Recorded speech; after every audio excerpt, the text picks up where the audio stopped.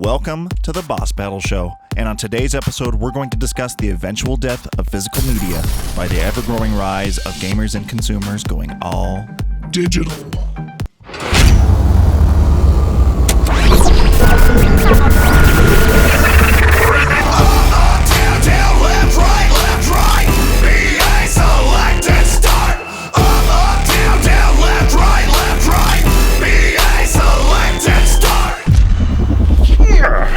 What's up, guys? Welcome to the Boss Battle Show.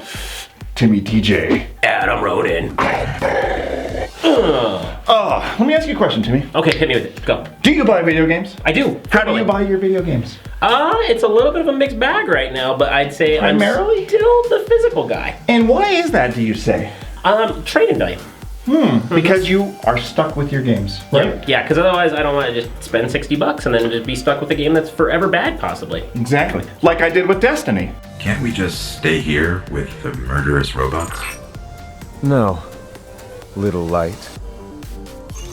Don't do that. No. But are we possibly going into a new age where digital games are overtaking our physical media? I definitely think we are, right? Because obviously accessibility Accessibility. makes it super easy. Don't have to put pants on. Xbox, maybe a couple weeks ago, sent out their surveys, which they do to customers, that propose the possibility of, would you be interested if we gave you a 10% trade-in value on your $60 games, digital purchases? A little bit of feelers were put out there, and this is where I think the industry might be starting to take a pretty big turn. Because right now, the big advantage of obtaining a game is that I can trade it in, right? So if I purchase a $60 game and I don't like it, maybe I can get 25 or 35 bucks back on it and put that towards a game that hopefully I do like. So essentially you are spending $25, $30 for every new game because it just keeps rolling. Yeah, I have a rolling $25 that I spend as opposed to digital only, which is the full $60. That's a little rough to swallow. So I think that let's first go over the pros and cons of digital. One, we already talked about the pro, no pants. No pants. The other one is availability. Availability. I don't have to go to a store and hope that it's not there, but also you're a couple hours ahead of the curve. Well, depending on where you live. Right, exactly. Like us, we're in Colorado, so when a game launches at midnight, it's always Eastern time, so we get the games at 10:01. Right, we get it at 10:01, but we have to go wait in line, and then we have to hope there's a midnight release. If it's not a very popular title, unfortunately, there's no midnight release. So maybe I have to get it the very next day when things open up, which is not great. But also, I have to get the game, I have to come home, I have to download the updates. I mean, potentially 10 o'clock, could be more like 1:30 before I could play. That's true, yeah. And it's been that way for years. And now, me, myself, because I'm an all-digital guy, I get home, I pre-order a game a couple weeks in advance, 10:01 pops up, I'm already pre-downloaded, I just start playing the game. I'm on my way home, and you're texting me like, this is the coolest game! And You see that part where Batman gets his neck chopped off? You're like, no! And I'm like honking in traffic.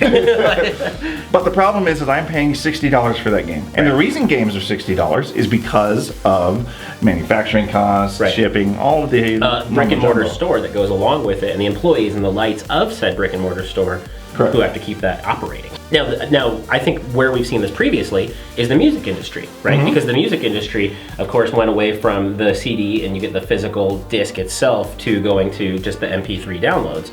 And for the longest time, CDs, it seemed like the price was even going up. Right? It was like you'd go buy a CD and it was like $22.99. You're like, what? Well, these used to be like $14. What happened? Yeah, well, now you're getting like those 15 extra tracks. Exactly, because everybody tried to give you every bonus thing they possibly could to get you to obtain the physical copy. In the meantime, things like iTunes were picking up where you could download the album for $9.99, didn't have to go to the store, didn't have to hope that they had run out of that or whatever, and it was like, okay, we got the music, let's go. Yep. Actually, and Tim brings up a great point because the music industry is a great example of how I feel the consumption of video game media is going, because you started out with your 8 tracks and first you started out with records. Yep. Then you moved into compact and 8 tracks. Then you moved into cassette tapes. And the birth of this compact disc, the CD age, and now physical media for music arguably is not completely. There's still people that do it, but it's dead. Right. It's actually incredibly difficult to even find a CD or record store these days. I mean, Yeah. you do. It's like a novelty thing. You go to Hot Topic, Yeah, you're like, oh, look, they got CDs. Oh, look at those old things. Yeah. I don't know, like kids are going to be like, what are those? I feel like even music has evolved even past that, because Then first there was, and then there was iTunes. You bought all your albums there, and now we've gotten to the point where we don't even buy the music because we just pay $10 a month for subscription services where we have every album ever made right there. And that's, I think, is a whole nother evolution to the digital market that video games haven't even tapped into yet. Right. Well, PlayStation kind of has with PlayStation Now. A little bit, yeah. Those are mostly for older titles, unfortunately. Right. But we are seeing that there's a business model here that makes sense and that is convenient for consumers and has shown to be successful. And with what they're talking about now, having a trade-in program, this might, and I say this because I am a physical media person and kind of have been for a while, I think this is potentially the death of physical media. Digital trade-ins may be another loop in the noose for physical media. But with the looming possibility of only getting 10% back on your digital trade-ins, is it then still considered a $60 purchase or just a $54 extended rental? Now, for me personally, if I purchase a game and maybe I beat it quickly, or it turns out maybe the game's just not for me, and I return a fairly new game, I get, say, $25, right? Microsoft is only offering me $6. So it's very easy, you could hold this stuff to a 5-year-old and say, do you want $25 or do you want $6? They're gonna choose the $25. It's very easy to decide, like, okay, I want more money back for my game. But could they potentially make that $6 more interesting somehow? Like making a repurchase cheaper or making a discount for another new game potentially come through. Like, let's say they only give you 10% on your video game, but they give you 5% off of the next video game purchase that you buy. See, now I'm feeling hooked. Yeah, I like that because immediately if they offered the program where they're like, okay, you can trade in your digital games and we'll give you 10%, so $6 on a $60 game, I would immediately go through my library and be like, well, Destiny's got to go because Destiny was a pile of crap.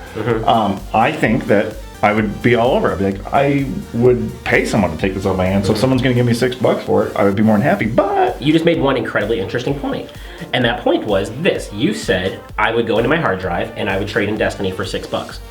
Now, the $25 I get at GameStop is based on a time slider in terms of how many copies have been traded in as well. So I could bring a game to GameStop and only get, $1.50. I know you've probably had that moment where you go to the game store and you're like, all right, what are they gonna give you for all these? Yeah, and they're like $11, and it's like 6 games there, and you're like, what? Yeah, that's ridiculous. GameStop sucks. But if they gave you $6 for Destiny, there's no timeline. That game's like 2 years old now, year and a half, and if you were to trade that in at GameStop now, you would they'd probably give you a quarter portion. One quarter portion. They're not going to give you a whole lot because they probably got 50 copies on the wall. Yeah. It's super easy to buy, in cheaper versions and all the different add-ons and stuff that they've done. Yep. But if Microsoft still gives me $6 and there's been no timeline, there's a huge advantage there. Yeah, totally, completely. So let me ask you this. Go.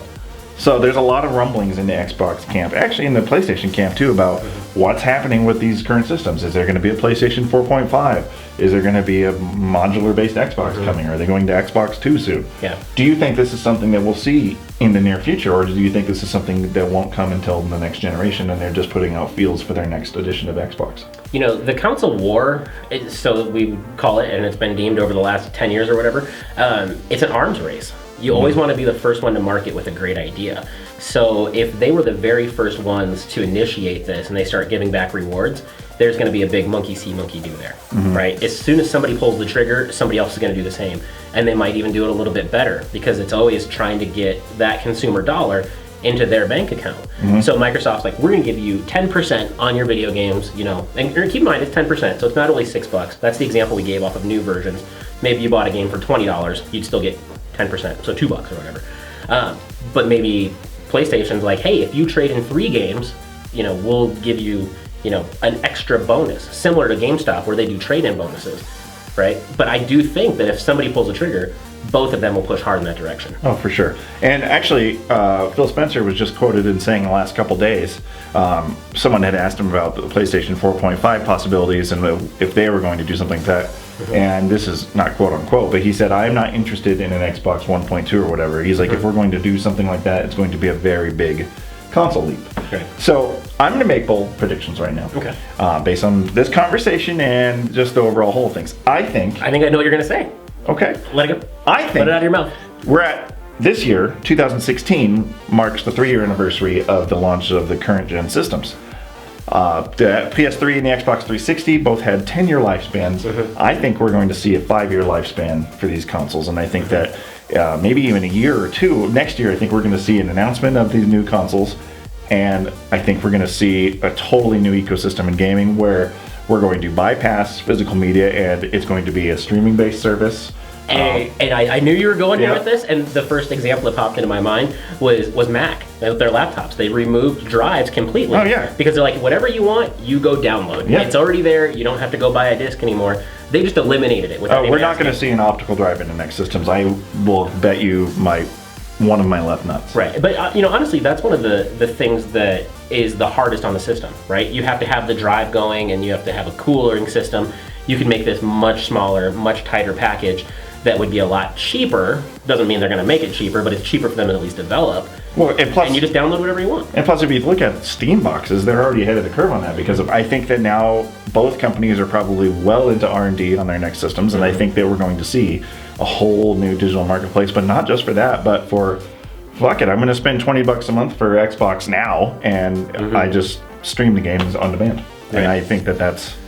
And I mean, based on all of the rumblings that we're hearing, on all these different predictions and the way that they're talking about the future, we're starting to see potential crossplay. We're starting to see the death of physical media. We're starting to basically become one cohesive unit where it's like music. You just go download it or you subscribe to it. Yeah. And while they took that step first and proved it successful, it's almost like we're starting to very slowly see the shape change. Right? And I'm actually a big supporter of subscription models. I consume my music via subscriptions. I have a recording studio. I'm a musician, and a lot of the plugins I use for music production is all subscription based. I have tens of thousands of dollars of plugins that I could not afford, but I just pay $20 a month on. Of course, the Adobe Suite and stuff. The Adobe Suite that we use to bring these magic videos. that you're seeing here. Cloud, Creative Cloud. And same thing you guys already do with your movies and such, right? I mean, TV shows. People Netflix. use Hulu Plus and they use Netflix. Totally, exactly. They use Amazon Prime. They use these subscription services to get a lot of content sent to them that they couldn't typically buy individually,